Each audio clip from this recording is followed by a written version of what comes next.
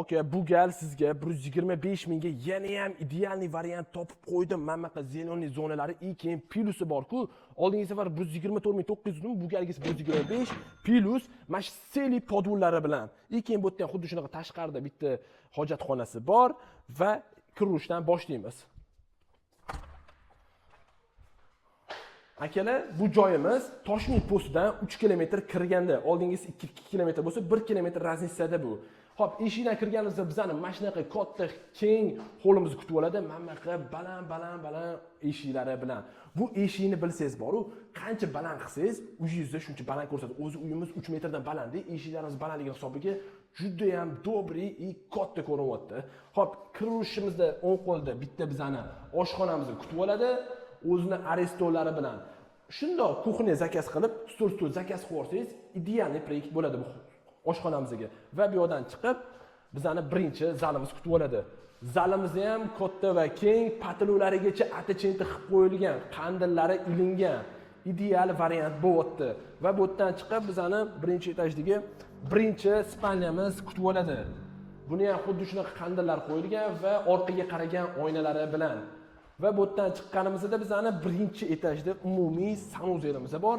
Sanuzeldan chiqib va bu yerda bizani orqa hovlimizning sirkulyatsiyonisi ham bor. Va bu yerdan chiqqanimizda ikkinchi etajga chiqamiz. Ikkinchi etajga chiqqanimizda bizani mana shunaqa rakurs kutib oladi. Ko'ryapsizmi? Holda mana shunaqa katta lustra ilib qo'ysangiz boru, shunaqa ideal chiqadi. Keyin dobri bu ham xuddi shunaqa aytganimdek. Va ikkinchi qavatga chiqqanimizda bu yana bitta umumiy sanuzelimiz bo'ladi. Va bu yerdan chiqqanimizda ikkinchi qavatda birinchi spalnyasi bo'ladi.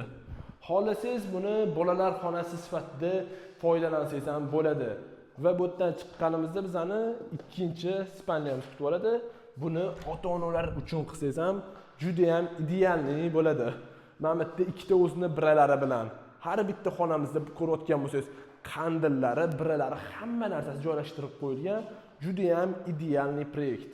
Va bizani oxirgi 3-chi spalnyamiz kutib oladi. Xohlasangiz buni ham bolalar uchun xona qursangiz bo'ladi yoki родительский spalnya qursa ham bo'ladi. Juda ham idealniy proyekt bo'lyapti sizga. И podvullari bilsangiz, seli bo'ladi, katta podvuliga. Podvulimizni ko'rayotgan bo'lsangiz, mana shunaqa seli qurolgan, bo'yi past bo'lgani bilan juda ham shinam. Mana bu yozda o'tirishga, dam olib o'tirishga juda ham idealniy variant. Men hozir mana kun issiq 40 gradus bo'lgani bilan men tushib o'zim mazza qilyapman.